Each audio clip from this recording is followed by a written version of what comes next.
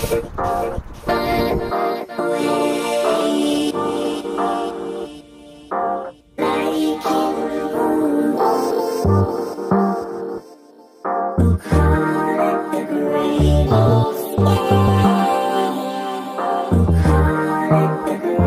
Wars Episode 1, The Phantom Menace, and it's written and directed by George Lucas himself, yes, the creator of Star Wars. And this film came out 25 years ago, so this is the 25th anniversary of the movie.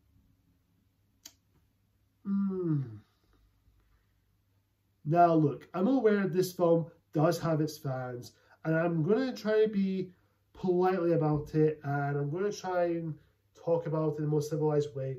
I will talk about the positive stuff about the film, because there are some good things about the Phantom Menace. There are some fun things about it. But let's just get into this. Now, my history of the Phantom Menace, I was about 4, pushing up 5 years old. I remember starting watching the original trilogy as a kid. I watched it on video so many times. And I used to collect the toys, like the action figures of Star Wars. I remember loving Star Wars as a kid. I was really young, I was into it. And my dad took me to see the Phantom Menace. That was the very first Star Wars film. Of course, the prequel trilogy I grew up with. And the hype for this film is so massive, because I remembered there was a lot of marketing to this film, like Pepsi, which held the Star Wars characters, Burger King, McDonald's, I believe, and then of course the Kellogg cereals they do, which is a really good. I really liked. I had the action figures, especially had the Darth Maul figure. Of course, I dressed up as Darth Maul in Halloween, so that was my Star Wars for the time being when I was young. So I was a young kid, so I didn't know any better about what makes a good movie, what makes a bad movie. But I do remembered really loving this film, and I do remember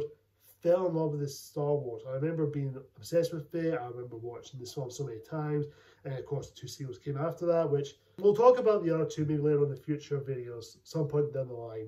As Phantom Menace goes, now over the years since then, I remember loving the Phantom Menace. I remember watching it a couple of times in video after seeing the cinemas.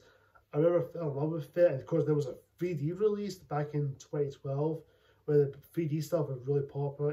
But over the years since then, when the Phantom Menace came out, I remember being in denial in a certain degree, because I was a young kid, I don't know any better about movies. I remember just saying, oh, it's Star Wars, I'm definitely going to love it. But now I've grown up, I'm starting to see the flaws and some of the issues I have with it. I finally admit to myself, I think it's about somewhere in the mid-2000s or maybe early 2010s, where I finally admit to myself, yeah, you know what? That wasn't that good. Now, I'm not being a hypocrite for saying that, because I remember Phantom Menace in quite a few movies, like Spider-Man 3 and Indiana Jones and Kingdom of the Crystal Skull. Those 2 movies were my Phantom Menace. When it comes to the Phantom Menace and rewatching it again, I would say it's fine. I wouldn't call it a bad movie. It's not awful. I'll just say it's a entertaining movie. It is a movie you can watch and be entertained by as a Star Wars fan. But as a movie, it wasn't good.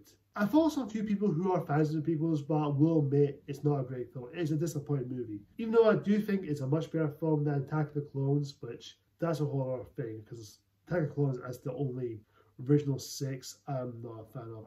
I do watch Attack of the Clones now and again, but not all the time. Phantom Menace, I do watch now and again, because it's a film that I can be entertained by, because I grew up with this film. Basically, Qui-Gon and Obi-Wan are sent to help Queen Amidala of Naboo, who has been stuck in this peace treaty signed with this Trade Federation franchise.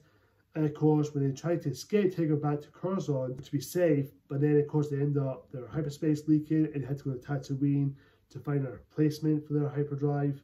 And it's not till they came across with Anakin Skywalker, and Qui-Gon believes that he has his special gift and he's there to become a Jedi, and he believes that he is the chosen one, which the chosen one stuff I'm kind of iffy on. I don't hate the idea of it. I didn't love it either. Let's get this one out of the way. The chosen one story arc for Anakin is probably not the best thing. Now, I don't mind the chosen one story arc for Anakin if it's done well with execution, if it's done well in the way it makes sense. At Turn of the Jedi, when Anakin throws the Emperor off the Death Star by this generator thing and he got him killed. I get the whole thing about Anakin is chosen one, and people say they're looking back on it because the whole Episode 9 Rise of Skywalker of Rey now killing Emperor Palpatine, but where they're coming from, But the thing is, if it wasn't for Anakin fell in love with Padmé and having 2 kids, Anakin would still have been the dark side, being Darth Vader. Luke Skywalker would never have been born, along with Leia. Or heck, Anakin would never be married to Padmé. Because that's the thing about Anakin becoming the Emperor, that he got the chance to save the one he loved. And that was Luke, his son. It's the chosen one thing. I know what George's going for, but the thing is, the important thing that when Anakin is Darth Vader, he did save Luke from being killed by the Emperor because he can't not lose him. That's the only thing he loves, is his son. But anyway, that's a whole other discussion for another time. So let's just get into the problems with it. As far as from George Lucas's writing and directing and some of the creative choices is, it's very noticeable. Because George Lucas has creative control in so many controls every aspect throughout this movie, and the following 2 came after that. He controlled every aspect of those films. Not even one person tapping the shoulder and saying, George, that's dumb. Don't do that. George, I don't think you should do that. Maybe do it this way, or maybe this character could say this line, or maybe, because that's what I feel like about George Lucas, because George Lucas just goes full on, do whatever the heck he wants. His one vision. I know you guys are going to say in the comments, it's his vision. It's his Star Wars. He created it. This is his true vision. Unlike the sequel trilogy, that doesn't have a plan. I know you know. Yes, thank you for telling me that, like, from millions and millions and millions of times from other social media comments. That doesn't make it good. You can say what you will about the sequel trilogy. At the very least, the sequel trilogy feels like Star Wars. This film does, and the other 2 prequels, it didn't feel like Star Wars. It lost the adventure. It lost the magic, what the original trilogy has. But here, while it does have some cool moments, there are some things to appreciate, like the other 2 did, it just doesn't feel like Star Wars. As far as the acting is just, everyone just coasting along, really wooden performances, and most of the dialogue they give is very, very questionable to a certain degree, especially the line delivery like this. This has got out of hand. There are 2 of them. My name is Qui-Gon Jinn. My name is Obi-Wan Kenobi. My name is Anakin Skywalker. Are you an angel? Good God. Look, I do like Liam Neeson and Ewan McGregor. Both of them are great actors in their own way. Ewan McGregor, I will say, he is the best part about the prequel trilogy. Even though I would say he's a little better in episode 2 and 3. This one, he did fine, but I think he was just there. But his performance was fine. He goes to Liam Neeson, he's good, but as far as Qui-Gon's character, he's not that interesting. Yeah, he's a wise Jedi. Yeah, he seems wise like Yoda is. That's all he is. Yeah, he's a good teacher. He's a good, wise old father type of figure to Obi-Wan and maybe Anakin to a certain degree. That doesn't make him a really interesting character. There's not much to him. Even though we got Tales of the Jedi, that's on Disney+, it does show his backstory with his former master, Count Dooku. It does show how he became the dark side and how he lost Qui-Gon and see his point of view from it. If you haven't seen Tales of the Jedi, check it out. It's on Disney+. You might like it. But in a certain degree, it does maybe like Qui-Gon, but even though I do say to myself that just because a certain project, like the Clone Wars anime series for a prime example, just because the Clone Wars expand something, what the prequels didn't, that doesn't mean makes me appreciate the prequels in a certain degree. It is in a certain way, but not to the point where I go, oh my god, I love the prequels now, I love the prequels. No, I'm not going to say that. For majority of the film, I try to figure out who's the main character here. Is it Liam Neeson as Qui-Gon Jinn? No, because I don't think he is the main character. Obi-Wan Kenobi, because I think he should have been the main character. Not Anakin Skywalker, because Anakin is barely in the movie, like 20-30 minutes into the film. Qui-Gon and Padmé and Jar Jar Binks are in Tatooine to get a new hyperdrive thing. Since we're on that subject, let's talk about Jar Jar Binks, played by Ahmed Best. Now, I'm not here to trash on Ahmed Best. I know he got a lot of hate in the past when all Star Wars fans hate him on his Jar Jar Binks. Now, I don't hate Ahmed Best. I do respect him. I know he's came out this video he did like years ago with him talking about nearly committing suicide, which I do feel bad for the guy, but it's just this character irritates me. It's not him, it's the character. The way he was given as a sidekick comic relief. I'm all for comic relief characters if it serves a purpose. But here, I get what George Lucas is going for, because younger kids will find accordingly funny, even though young adults or young teens will not find that interesting because they don't like comic relief characters. Jar Jar Binks is most entertaining. Every time he's on screen and every dialogue he gives. Heck, even Qui-Gon said this line in the movie when they first meet. The ability to speak does not make you intelligent. Now get out of here. Jar Jar should have listened to Qui-Gon. Should have listened. But no, Jar Jar goes, no, Misa say your life is a Scooby-Doo. That's his dialogue. Misa? Oh, good God. Even Anakin Skywalker, played by Lloyd, his performance is very, very wooden. I'm not going to trash on Lloyd because I do think Lloyd is a really nice kid back in the time, especially in Jingle All the Way, which I did watch last year during Christmas with my wife, which I really enjoyed. It's a stupid film. I will talk about Jingle All the Way in the future. As far as Lloyd here, it's not his fault. As Mark Hamill said, he was only 10 years old, that boy, and he did exactly what George wanted him to do. Believe me, I understand clunky dialogue. I just feel like that George Lucas doesn't have a good relationship with these actors and not giving enough good relationship with them, because George Lucas always does say, go, okay, that was good, but do that again, but I want you to turn and walk and then say that line saying certain and It comes to the lightsaber fights or fighting someone like the droids. Yeah, that was great, but do it again, but go quicker, go faster, jump, and also do twirling around and doing this, but do it like really faster. I will say the lightsaber fights is really good, especially between Qui-Gon and Obi-Wan and Darth Maul on Naboo, especially the duel of face beam from John Williams, which John Williams' score is still good here, and I like John Williams' score, especially the duel of face. Duel of face is probably my favorite score from Star Wars, because every time I play a Star Wars game back in the days like Revenge of the Sith video game or The Force Unleashed, if I get Jedi Fallen Order and Jedi Survival, which I haven't got those two games yet, but I heard they were pretty good, every fight I'll be like, hold, get my phone out, headphones on, duel of face, okay, I'm ready. Honestly, I can do that again, because I remembered when the duel comes in, I put on duel of face. That's what I will go for. Speaking of Darth Maul, I will say I really like Darth Maul. Like I said, I had a Darth Maul action figure, and I dressed him up as Halloween. Even though I don't have a photo of myself, I do think I had a photo of myself as me dressed up as Darth Maul. Wish I still have it. Maybe my dad will find it and he'll post it on Facebook or something. I'll probably will show you guys in the community post, maybe later on the line.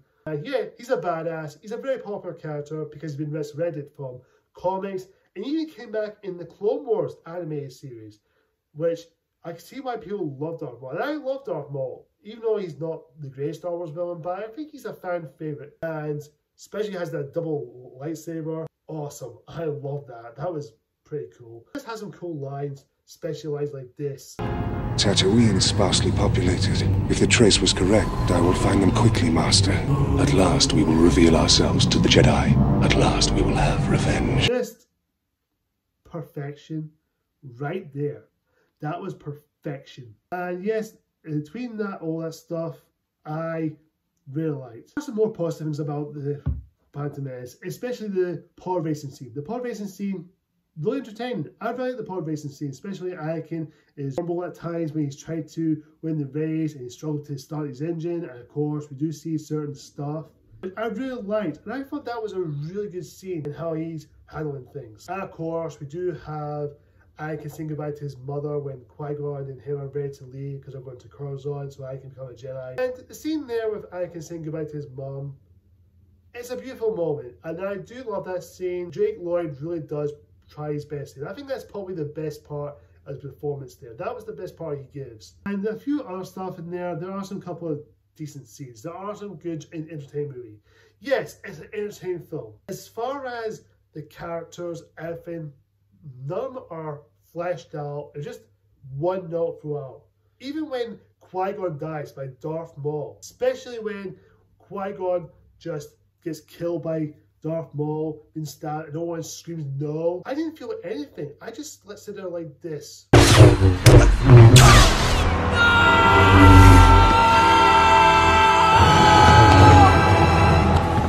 didn't feel anything. It's just the special effects in this film are really, really dated. It looks fake. When it comes to visual effects and digital, because most of these actors are in this blue and green screen, and there's so many CGI stuff and nothing to work with. There's nothing, no environment, no feeling towards it. It's just visually digital.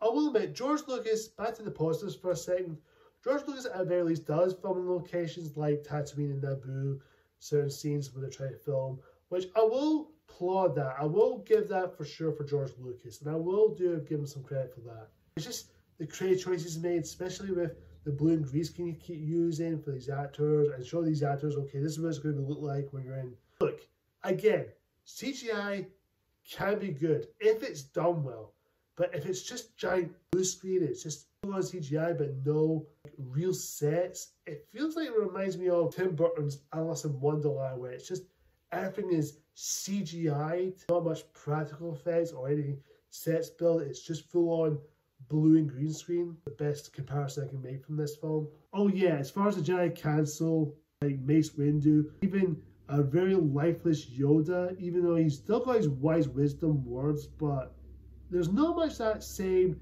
Yoda what we saw in the original trilogy, Empire Strikes Back and Return of the Jedi, where he's all funny but yet still has that wise wisdom. Oh yeah, almost forgot. Natalie Portman's Padmé. Performance was just there. She's basically the real Queen Amidala, because the one that she was there for the most of the film was a decoy, which is played by Keira Knightley, be Padmé. That is, oh my god, what a great scene. And look, Star Wars The Phantom Menace, it's not a bad movie. It's not awful or anything. It's not the worst thing I ever saw in my life. It's basically disappointing. Now, this is not on the same level as Phantom Menace or Batman and Robin, or any movies you can think of that is completely worse than this. At the end, it's just a big disappointing movie.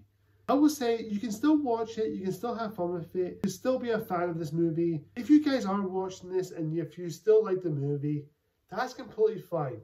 I totally understand. I still have a soft spot for it. I can watch it out of irony most of the time. At the end, I will have to admit to myself, as a Star Wars fan, it's a disappointment. I would still rather watch this over Attack of the Clones. Like, I'd rather watch that 10 more times than Attack of the Clones. That's not saying much. I'm going to give The Phantom Menace a C-. Well, guys, I hope you guys enjoyed my review. And, of course, happy May the 4th.